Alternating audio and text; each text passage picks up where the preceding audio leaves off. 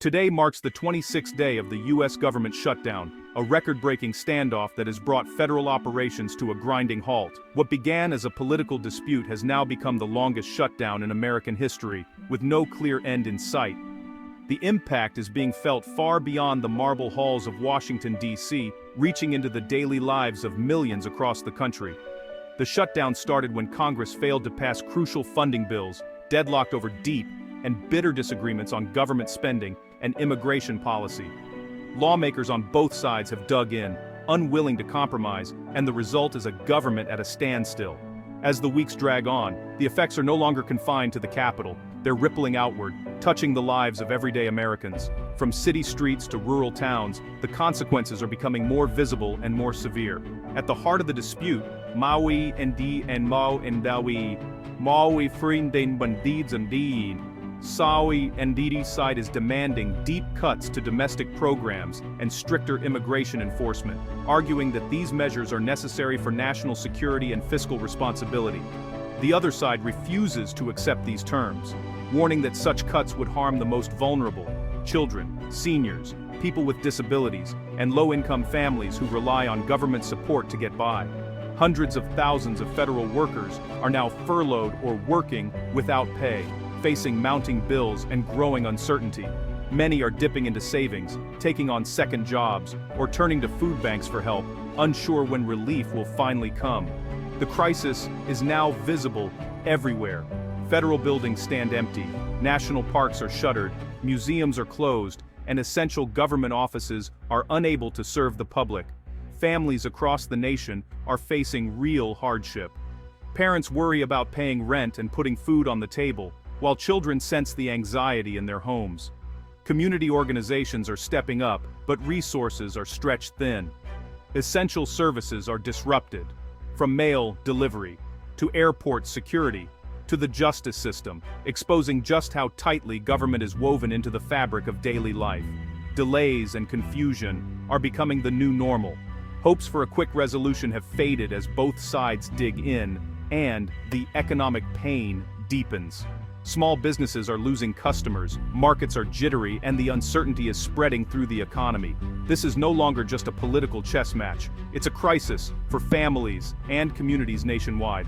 The longer the shutdown drags on, the more damage is done to the social and economic fabric of the country. Americans are left waiting, watching, and wondering how much longer this can last. Many are losing faith in their leaders and in the system itself as the days without government stretch on. The question remains, when will leaders finally break the deadlock and put the nation back to work? For now, the country waits, hoping for a breakthrough that will end this unprecedented crisis. The government shutdown is rooted in a fierce ideological standoff in Congress, one that goes far beyond simple disagreements over budget numbers. At its core, this crisis is about two fundamentally different visions for the country's future, and neither side is willing to back down. The House of Representatives has passed a series of funding bills that include deep and controversial cuts to programs like education, environmental protection, and social services, measures that have sparked outrage among advocacy groups and the public alike. But these provisions are non-starters in the Senate, where lawmakers have flatly rejected them, insisting on preserving funding for these critical areas. Negotiations between the two chambers have ground to a halt, with both sides refusing to compromise on a range of controversial policy riders attached to the bills. The atmosphere is tense, and trust is in short supply.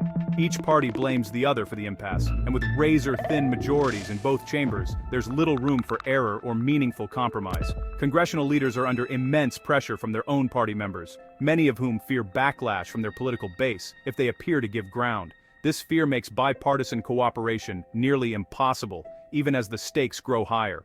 The result is a government held hostage by political brinkmanship, with real and immediate consequences for millions of Americans.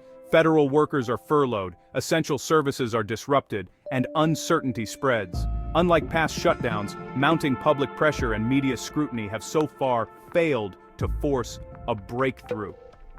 Both sides are digging in, preparing for a prolonged and bitter fight that could last weeks or even longer. The machinery of government is grinding to a halt, and the ripple effects are spreading far beyond Washington. Communities across the country are feeling the impact as government services are delayed or suspended. This is a high-stakes gamble, with ordinary citizens, families, and businesses paying the price for political dysfunction. The economic impact is growing and frustration is mounting. The longer this standoff drags on, the deeper and more lasting the damage will be, not just to the economy, but to the public's faith in government itself. Across the country, more than 800,000 federal employees find themselves caught in the crosshairs of the government shutdown, their lives upended, and their futures uncertain. For these workers, the shutdown isn't just a political standoff, it's a personal crisis, bringing financial chaos and emotional strain into their homes. Furloughed workers are abruptly sent home without pay, unable to perform their jobs or earn a living. Many are left wondering how long they'll have to stretch their last paycheck, and whether they'll be able to cover rent, utilities, or even groceries in the coming weeks. Meanwhile, essential employees like TSA agents, air traffic controllers, and border security officers are required to keep working, but without any guarantee of a paycheck. They're expected to juggle critical duties, keep the country running, and somehow manage mounting bills and daily expenses, all while their own families face growing uncertainty. Many federal workers live paycheck to paycheck, and now, with no income, they're forced to drain their savings, rack up credit card debt, or seek help from food banks and community organizations just to get by. The uncertainty is crushing. There's no guarantee of back pay once the shutdown ends, and every day brings new anxiety as bills pile up and savings dwindle. But the pain doesn't stop with federal workers. When they stop spending, the impact ripples outward, hitting local businesses that rely on their patronage. Coffee shops, family restaurants, and daycare centers feel the pinch as their regular customers disappear, leading to fewer tips, reduced hours, and even layoffs for other workers in the community. The shutdown isn't just a federal problem, it's an economic blow to entire communities. Main streets grow quieter, homes go up for sale, and local leaders scramble to address the growing crisis. Morale among public servants is plummeting. The stress and frustration mount daily as dedicated workers question how long they can hold on. The longer the shutdown drags on, the more families and towns are pushed to the brink, with some facing the real possibility of losing their homes or businesses. For many, the wait for relief feels endless, a test of patience, resilience, and hope as they look for signs that help is finally on the way. The shutdown's reach extends far beyond federal paychecks. It's disrupting services Americans rely on. Farmers can't access loans from closed USDA offices, threatening their livelihoods and the food supply. Small businesses are stalled as the SBA halts new loan processing, freezing growth and hiring. Medical research is delayed, with the NIH postponing clinical trials and the EPA suspending inspections. Even routine needs, like passports or federal program assistance, are met with closed doors and unanswered phones. These disruptions add up, eroding trust and causing daily frustration. The government's absence is felt in every corner of American life. The shutdown threatens SNAP, the food assistance program for 42 million Americans. Funding is set to run out if the shutdown continues, raising the specter of a nationwide hunger crisis. Families, seniors, and people with disabilities face impossible choices: food or rent, medicine or groceries. Food banks brace for a surge, but can't fill the gap if federal aid stops. State agencies are in limbo, unable to reassure worried recipients. The loss of SNAP would mean a dramatic spike in food insecurity and hardship. This isn't just a policy debate, it's about whether children will eat. The shutdown's impact on SNAP is a stark warning of real-world consequences. The shutdown has closed the gates to America's national parks and historic sites. Iconic places like Yellowstone and the Grand Canyon are off-limits, disappointing millions of visitors. Local economies built on tourism are reeling. Hotels, restaurants, and shops are losing business fast. Even parks that remain partially open lack rangers, safety oversight, and basic maintenance. Trash piles up, restrooms go unclean, and fragile ecosystems are at risk. The closures are a visible symbol of government dysfunction, hitting communities and visitors alike. For many, seeing a locked park gate is a personal loss and a sign of a government failing its people. The absence of federal stewardship threatens both natural treasures and local livelihoods. The shutdown's reach is felt in every closed trail and empty visitor center.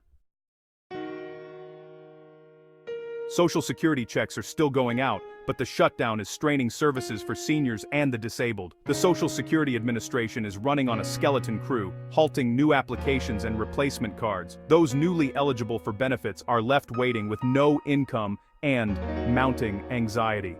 The annual cost of living adjustment is delayed, leaving millions unsure about next year's income. For many on fixed incomes, the lack of information and support is deeply stressful. The shutdown is turning routine government help into a source of confusion and hardship.